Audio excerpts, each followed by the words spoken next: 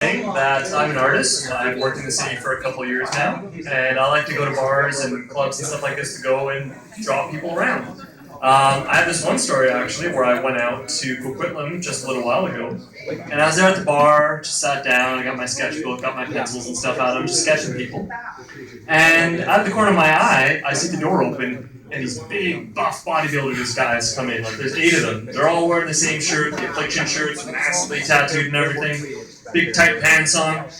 And out front of them is this little tiny grunty guy. He's like half their height, super thin. And they come in, and I'm like, oh, fuck, whatever. I'm trying to, ignore them. And out of the corner of my eye, I hear him. I hear the little guy, and he's like, look at that art faggot drawing there in the corner. But he's drawing a bunch of cocks, because that's what he likes. He's like drawing cocks, and I'm like, oh man, no, he's gonna come up to me and start shit with me. And I can hear him walking to me, and then I look over, and he's right in my face. And he's like, what you drawing? Are you drawing more cocks? Is that what you do? Do you come to bars and you just draw? And I'm just trying to ignore him, and I'm like looking away. And I look at the door, and I'm like, can I make it? Can I run? And I see his buddies are around the bar. I'm like, oh, maybe I can get out of here before they decide to pummel me. So I freeze up. The next thing I know, all 8 of them are around me. I'm like, oh man, I'm gonna get killed. They're just gonna this guy's just gonna snap his fingers and I'm gonna be dead. And one guy looks over and he's like, hey, you draw that? I'm like, yeah, I did. And he's like, that's fucking awesome. And he starts getting really loud, really excited. He's like, that's fucking awesome. This guy's an artist. Oh man, can you do tattoos? I'm like, sure, I guess I could. And he's like, oh, get this guy here. He's a fucking artist. He's the best. And while he's saying that, the little leader guy's like, so I was trying to tell you guys. Isn't he cool? He's so awesome. And I'm like, oh my goodness, you are a fucking little jackass. But I let it go. I don't give him any trouble. We have a great night. I have a great time.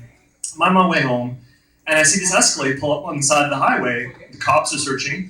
And I look out my window, and I see these guys pulled up by the car. They have their hands spread. And one of the cops pulls out a little baggie from the one guy's pocket. It's all full of nice little white substance. So I'm like, someone has got karma. Karma runs the payback. So, that was a good time. I should also say that I've realized with my parents over the years how bad they are with technology and how good I am in comparison to them. And that should be like a given. Most people are really good at, most people's parents and grandparents aren't very tech savvy. They really know a lot of stuff about computers and phones and all that other stuff. But here's how bad my parents are. They're like, if you gave monkeys a computer, they would bat it, kind of sniff it, rub their shit over the keyboard a little bit. They'd be like that. Also, nobody told them the memo. Nobody sent them the memo saying you shouldn't open attachments from people you don't know. Because you got an attachment from someone whose email address was something like randomstranger@whatevermail.com, and they're like, that's our friend, we should open this attachment. And I was like, no, you shouldn't. After that, they've already opened it. They got a porn virus unlike any other that I've ever seen in my life. The icons changed to dildos. The screensaver was hardcore porn. There was a guy that jumped out of the screen and was just screaming stuff. It was horrible. It was really, really, really bad. So, they were like, I could see the disappointment in their face because I'm sure when they left Best Buy, they didn't think that this was in the realm of possibility that it could happen. They didn't think that this was something that could happen. So, they called me and they're like, Daniel, there's something wrong with the computer. Can you come and fix it? And I was like, I'll try my best.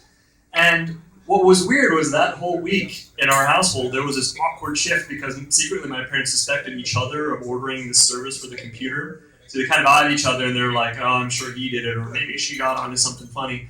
And we've never really talked about our sexual preferences, let alone our porn preferences. The closest thing I had to a sex talk with my dad was when when I started dating, and he pulled me to the side and looked at me really cryptically and said, "You're playing with fire." And I said, "It's okay, Dad. It's okay. I've got a hose." And it was the only thing I could say to avoid the awkward conversation.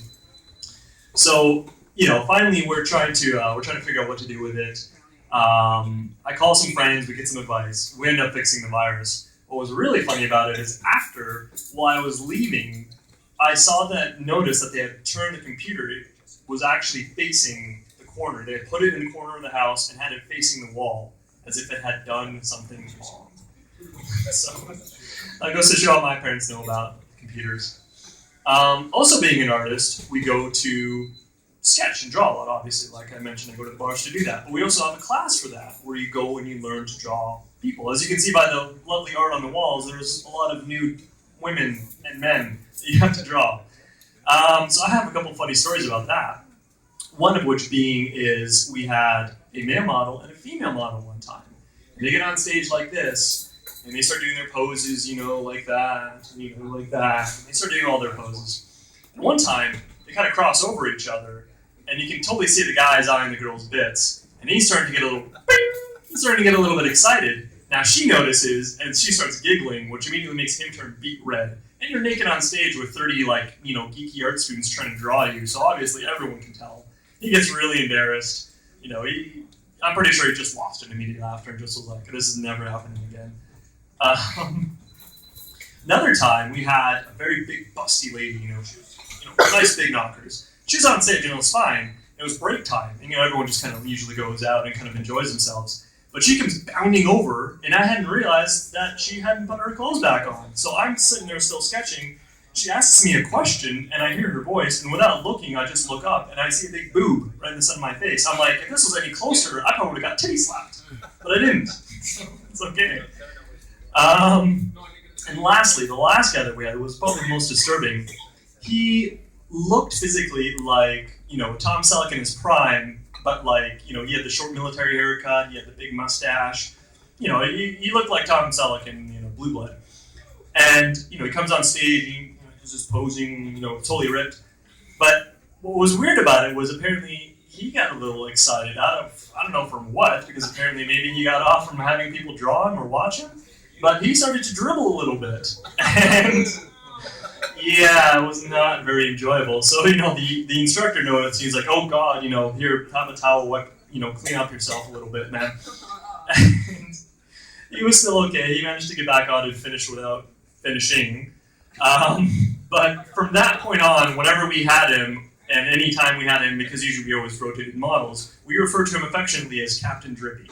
So. Anyway, that will be my time. Thank you very much, Heritage. Hope you guys enjoyed.